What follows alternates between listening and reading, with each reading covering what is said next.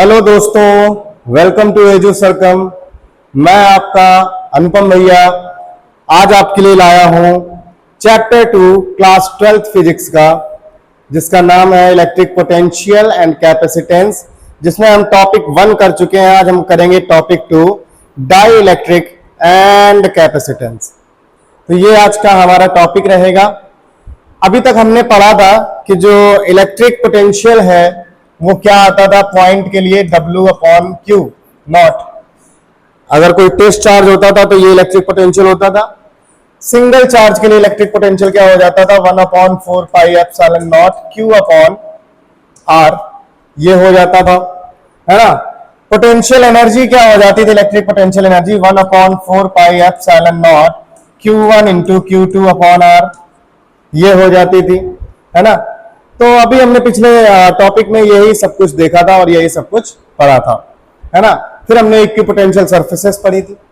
अभी हम यहाँ पे थोड़ा सा एक टॉपिक डिस्कस करेंगे, उसके बाद में हम अपना डाइलेक्ट्रिक मटेरियल डिस्कस करेंगे, ठीक है। टॉपिक है इसमें ये मैं हटा देता हूं। टॉपिक जो इसमें डिस्कस होगा बच्चा, वो होगा इलेक्ट्रिक डाइपोल का potential due to electric dipole. तो एक बात याद करो कि जब हम एक डाइपोल लेते थे, है ना, ये डाइपोल रहा -Q और ये हो गया उसका +Q, ठीक है। इसके सेंटर से कोई एक पॉइंट लेते थे जिसपे हम क्या निकालते थे, इस पॉइंट पे क्या निकालते थे, फील्ड निकालते थे। पिछले चैप्टर में हमने फील्ड निकाला हुआ है। अब हम क्या निकालेंगे कि पोटेंशियल कैलकुलेट करेंगे इस पॉइंट पे। तो पोटेंशियल देखो भैया, स्केलर क्वांटिटी है, कोई वेक्टर क्वांटिटी तो है नहीं कि हमें दिशा का भी ख्याल रखना है कि किधर जाएगा किधर नहीं जाएगा। स्केलर क्वांटिटी है तो हम पोटेंशियल को डायरेक्टली भी कर सकते हैं। मान लिया यहां से इसकी जो डिस्टेंस है वो कितनी है, R है। तो यहां से डिस्टेंस ये इसकी छोटी छोटी डिस्टेंस क्या हो गई, A, ठीक है। डाइपोल का जो लेंथ हो गई, यहां से इसकी डिस्टेंस हो गई R-A, और यहां से -Q से जो इसकी डिस्टेंस हो जाएगी वो क्या हो जाएगी, R+A। क्या हो जाएगा बच्चा, 1/4πε0 Q/R-A। इसी तरह V माइनस क्या हो जाएगा, 1/4πε0 -Q, है ना, -Q है क्योंकि स्केलर है तो हमें लेने पड़ेंगे, Q/R-R+A, ठीक है। अब हम क्या करेंगे, नेट पोटेंशियल निकालेंगे, ठीक है। तो नेट पोटेंशियल क्या हो जाएगा, या टोटल पोटेंशियल बोलेंगे इसको, total potential at axis point. V equal to क्या हो जाएगा, V प्लस V माइनस, तो V प्लस कितना है, 1/4πε0 Q/R-A प्लस और इसमें ऑलरेडी माइनस है तो इसको माइनस ही लिख लो, है ना, -1/4πε0 Q/R+A। कॉमन ले लो, Q/4πε0 ये हो जाएगा 1/R-A एंड -1/R+A। एलसीएम ले लेंगे बच्चा, एलसीएम क्या आ जाएगा, R² - A², R+A आ जाने से तो R-A हटेगा, ऊपर आएगा R+A माइनस R+A, ठीक है। माइनस लगा है तो अंदर वो प्लस हो जाएगा, R से R आपका कट गया, ठीक है। या ये हो गया Q/4πε0 2A/R² - A²। अब 2A × Q क्या होता है पता है, P, तो ये हो जाएगा P/4πε0 R² - A²। या जो R है इसमें देख सकते हो, ये जो R है वो A के कंपैरिजन में बहुत बड़ा है तो A को निगलेक्ट मार देंगे, on neglecting A as A is very less than R, तो अपने पास क्या हो जाएगा, पोटेंशियल आ जाएगा P/4πε0 R²। ये हो गया पोटेंशियल, कहाँ पे हो गया बच्चा, ये पोटेंशियल हो गया तुम्हारा इस एक्सिस पॉइंट पे, ठीक है। एक्सिस पॉइंट पे आपका ये पोटेंशियल आ गया। अब हमारा अगला काम है इक्वेटोरियल पॉइंट पे निकालना, तो ठीक है, V at equatorial point, equatorial point of dipole. ठीक है, तो ओके, हम लेते हैं ये इधर, ठीक, हमने डाइपोल लिया, एक इक्वेटोरियल पॉइंट पे एक पॉइंट ले लिया आर दूरी पर, ये हो जाएंगी डिस्टेंस, ये माइनस क्यू, ये प्लस क्यू, ये ए, तो यहां पे पूछ रहा है कि पोटेंशियल क्या होगा। ठीक है, हमने पहले भी कर चुके हैं, ये क्या हो जाएगी R square plus A square, ये भी क्या हो जाएगी R square plus A square. ठीक है, तो V1 क्या हो जाएगा बच्चा, V ड्यू टू प्लस क्या हो जाएगा 1/4πε0 Q upon under root R square plus A square. V minus क्या हो जाएगा, क्योंकि माइनस चार्ज है तो 1/4πε0 माइनस लगा दो Q अपॉन, ये माइनस ये Q वाला है, under root R square plus A square. Total क्या हो जाएगा V equal to V plus plus V minus, तो हो जाएगा 1/4πε0 Q upon under root R square plus A square. इसके बाद में minus 1/4πε0 Q upon under root R square plus A square. ये दोनों खत्म हो जाएंगे, तो जो नेट पोटेंशियल आएगा वो इक्वेटोरियल पॉइंट पे कितना आएगा, 0 आएगा। ठीक, तो इस तरह से हमने ये दो केस पढ़ लिए।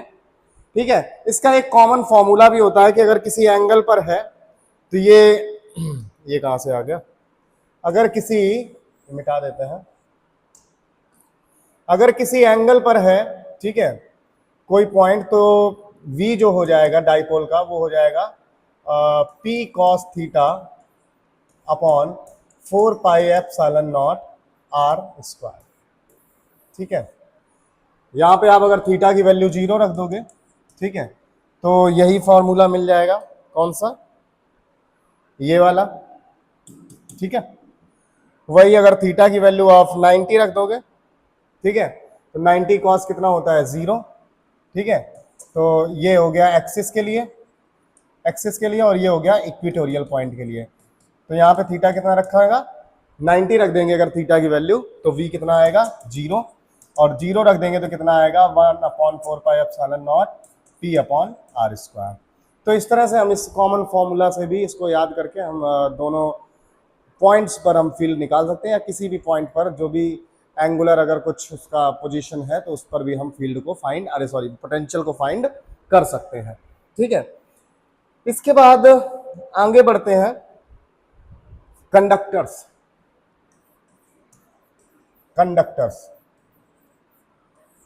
देखो, ऐसे मटेरियल जिनसे इलेक्ट्रिसिटी फ्लो हो सके, जिनमें कुछ ऐसा हो, कुछ ऐसे चार्ज हो जो इलेक्ट्रिसिटी को कैरी कर सके, जो चार्ज को कैरी कर सके और एक स्थान से दूसरे स्थान तक ले जा सकें, तो ऐसे मटेरियल को क्या बोलते हैं, conductor. For example copper, aluminium और आयरन, ये सब कैसे हैं, कंडक्टर्स। ठीक, अब कंडक्टर की कुछ प्रॉपर्टीज होती है जो हम यहाँ पे डिस्कस करेंगे। कंडक्टर के सरफेस पे अगर हम कोई चार्ज दे देंगे, कंडक्टर को अगर हम कोई चार्ज देते हैं Q, तो वो सारा चार्ज कहाँ रहेगा, उसके सरफेस पे। सारा चार्ज कहाँ रहेगा बच्चा, उसके सरफेस पे रहेगा। ठीक है, और किसी भी कंडक्टर पे जो फील्ड लाइंस निकलेंगी वो कैसी निकलेंगी, जो इलेक्ट्रिक फील्ड लाइंस निकलेंगी वो कैसी निकलेंगी, perpendicular to the conductor surface. ये देख रहे हो, सब पे परपेंडिकुलर रहेगा, तो ये तुम्हारी क्या हो जाएंगी, फील्ड लाइंस हो जाएंगी।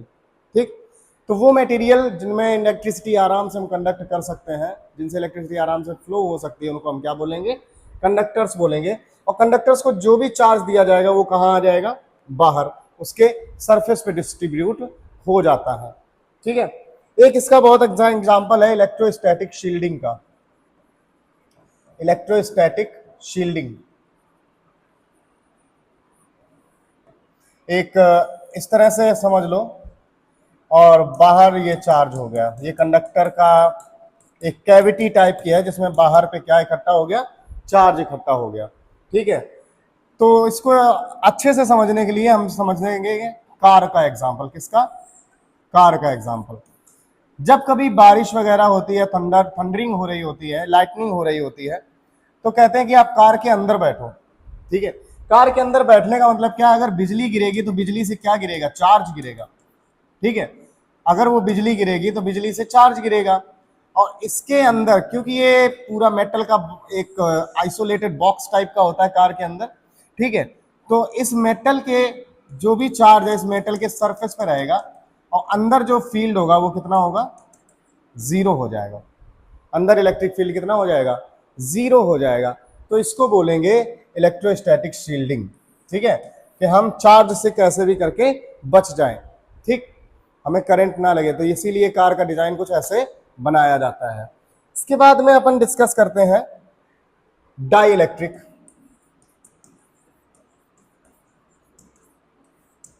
देखो बेटा, डाई इलेक्ट्रिक मटेरियल वो मटेरियल होते हैं जो कि जब फील्ड ना हो, जब एक्सटर्नल फील्ड ना हो, तो वो कैसे बिहेव करेंगे, इंसुलेटर की तरह।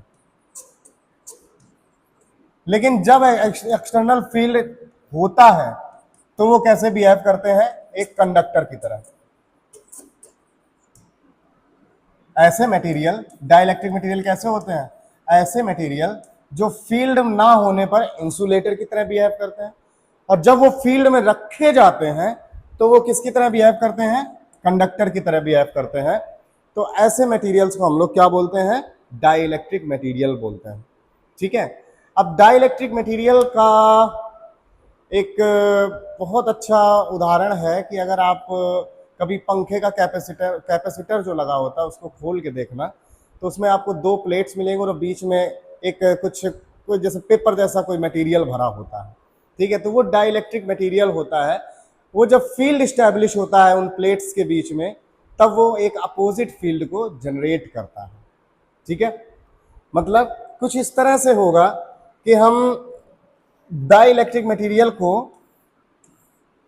ये डाइलेक्ट्रिक मटेरियल है, ये डाइलेक्ट्रिक मटेरियल है, और ये हमारा एक फील्ड है, एक्सटर्नल फील्ड, वो क्या है, ई एक्सटर्नल है। ठीक, तो ये डाइलेक्ट्रिक मटेरियल अंदर कुछ ऐसा होगा कि ये अपने अंदर खुद का फील्ड जनरेट कर लेगा। ठीक है, और जब ये एक्सटर्नल जीरो होगा तब कोई फील्ड नहीं होगा, है ना। देखो इसको समझते हैं। इसको समझने से पहले हम समझते हैं मॉलिक्यूल के टाइप। एक होते हैं पोलर और एक होते हैं नॉन पोलर। कोई भी मटेरियल होगा उसमें मॉलिक्यूल कितने टाइप के होंगे, दो टाइप के, पोलर और नॉन पोलर। पोलर का मतलब होता है उनमें दो चार्जेस होंगे, वो मतलब जो उनका चार्ज जो कॉन्फ़िगरेशन होगा वो कुछ ना कुछ डिस्टेंस पर होगा, है ना, कुछ ना कुछ डिस्टेंस पर होगा और कुछ ना कुछ उन पे चार्ज होगा। जैसे HCl ले लो, तो HCl का स्ट्रक्चर कुछ इस तरह से होता है, H हो गया, Cl हो गया। तो इनके जो सेंटर्स हैं वो अलग अलग है, ये इसका अलग है, इसका अलग, और बीच में इनके एक सेपरेशन है। तो हम इसको क्या मान सकते हैं, एक डाइपोल की तरह कंसीडर कर सकते हैं। तो पोलर मॉलिक्यूल वो होते हैं जिनके प्लस और माइनस एक दूसरे से सेपरेटेड होते हैं। ठीक है, मतलब इनके पास डाइपोल मूवमेंट होता है, डाइपोल मूवमेंट कुछ ना कुछ होता है, dipole movement, yes, when E is equal to zero. कोई भी एक्सटर्नल फील्ड ना हो, मतलब ऐसे ही हो, फ्री रखे हैं, तो उनके अंदर कुछ ना कुछ डाइपोल मूवमेंट होगा। दूसरे होते हैं नॉन पोलर। ये कैसे होते हैं कि इनके प्लस और माइनस, इनके प्लस और माइनस दोनों के सेंटर क्या होते हैं, कॉमन होते हैं। तो दोनों के सेंटर अगर कॉमन है प्लस और माइनस के, ठीक है, प्लस क्यू और माइनस क्यू के दोनों सेंटर कॉमन है, तो इनके बीच जो डिस्टेंस है वो कितना है, जीरो है। जैसे यहां पे डिस्टेंस कुछ ना कुछ था, तो डिस्टेंस को हमने 4 से मल्टीप्लाई कर दिया, तो इनके पास डाइपोल मूवमेंट होगा। तो जब भले वो फील्ड में ना रखे, उनके पास डाइपोल मूवमेंट होगा शुरुआत से। लेकिन इसके केस में क्या होगा कि डाइपोल मूवमेंट इसमें, क्योंकि इनके सेंटर सेम है, कॉमन सेंटर है, तो डी हो जाएगा जीरो, तो पी हो जाएगा जीरो। इनके पास कोई डाइपोल मूवमेंट शुरुआत में नहीं होता है। कब, जब फील्ड कुछ नहीं है, ये एक्सटर्नल फील्ड में रखे ही नहीं है, ठीक है, नॉर्मली रखे हैं कहीं पर भी, ठीक है, तो इनके अंदर डाइपोल मोमेंट कितना होगा, 0। लेकिन जब इनको फील्ड में रखा जाता है, जब फील्ड में रखा जाता है तो इनके ये जो प्लस और माइनस हैं ये एक दूसरे से अलग हो जाते हैं और बीच में सेपरेशन क्रिएट करते हैं, बीच में सेपरेशन क्रिएट करते हैं। तो अब इनके अंदर क्या है, चार्ज भी है, दो चार्ज भी है और डिस्टेंस भी है, ठीक है, तो चार्ज इंटू डिस्टेंस कर देंगे तो हमें क्या मिल जाएगा, डाइपोल मोमेंट मिल जाएगा। तो अब इनके पास डाइपोल मोमेंट क्या होगा, इज नॉट इक्वल टू 0। कब, जब इनको फील्ड में उठा के रखेंगे, अब इनके पास कुछ ना कुछ डाइपोल मोमेंट होगा। तो हमारे पास दो तरह के मॉलिक्यूल हो गए, एक तो हो गए पोलर और दूसरे हो गए नॉन पोलर, ठीक है। इसमें आप कोई भी एग्जांपल ले लो, H2SO4 ले लो, अलग अलग इनके क्या होते हैं, अलग अलग इनके केमिकल बॉन्डिंग और वगैरह स्ट्रक्चर्स होते हैं, ठीक है, मींस प्लस और चार्ज जो होता है, चार्ज का डिस्ट्रीब्यूशन अलग अलग होता है, ठीक है। अब हम एक चीज देखते हैं कि हमने कोई एक मटेरियल लिया, ये हमने डाइलेक्ट्रिक मटेरियल लिया, ठीक, समझना, ये हमने डाइलेक्ट्रिक मटेरियल लिया। अब ये बना है किनसे, पोलर मॉलिक्यूल से, ठीक, और ये जो एक ये है, ये डाइलेक्ट्रिक मटेरियल है, ये बना है नॉन पोलर मॉलिक्यूल से, ठीक है, ये नॉन पोलर मटेरियल का है, मॉलिक्यूल का मटेरियल है, और ये पोलर मॉलिक्यूल का मटेरियल है, पोलर मॉलिक्यूल का मटेरियल है, मतलब ये डाई इलेक्ट्रिक है, डाई इलेक्ट्रिक है। जब हम फील्ड 0 होगी, मतलब कोई एक्सटर्नल फील्ड नहीं है, तो इनमें क्या होगा, इनका कुछ ना कुछ डाइपोल मोमेंट होगा और उसकी दिशा क्या होगी, अलग अलग होगी, ठीक है, इनका डाइपोल मोमेंट होगा। देखो इसकी दिशा, डाइपोल मोमेंट की दिशा क्या होती है, निगेटिव टू पॉजिटिव, इसकी इधर है, इसकी ऐसे है, इसकी ऐसे है, इसकी ऐसे है, ठीक है, सबकी दिशाएं अलग अलग है। इसमें क्या होगा कि इसमें पॉजिटिव और निगेटिव दोनों के सेंटर कैसे होंगे, सेम ही होंगे। तो इसमें जो डाइपोल मोमेंट होगा, इसमें dipole moment is not equal to 0, लेकिन इसमें dipole moment will be equal to 0। कब, जब हमने कोई फील्ड नहीं लगाया, ठीक। अब हम क्या करते हैं, इनको फील्ड में रखते हैं, क्या करेंगे, इनको फील्ड में उठा के रख दो। ये ऐसे पड़े थे, ठीक है, एक ये मटेरियल ले लो,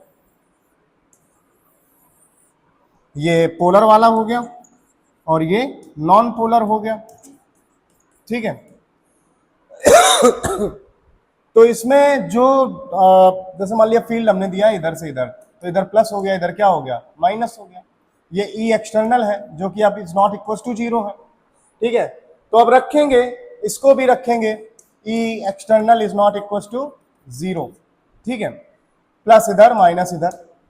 तो अब जो इसमें देखना, इसमें जो ये डाइपोल मूवमेंट सबके अलग अलग दिशा में थे, कोई का कैसे भी था, कोई का इधर था, कोई का उधर था। अब ये क्या होंगे, फील्ड की डायरेक्शन में अलाइन होंगे, क्योंकि फील्ड इनके ऊपर क्या लगाएगी, टॉर्क लगाएगी, पड़ा हुआ है।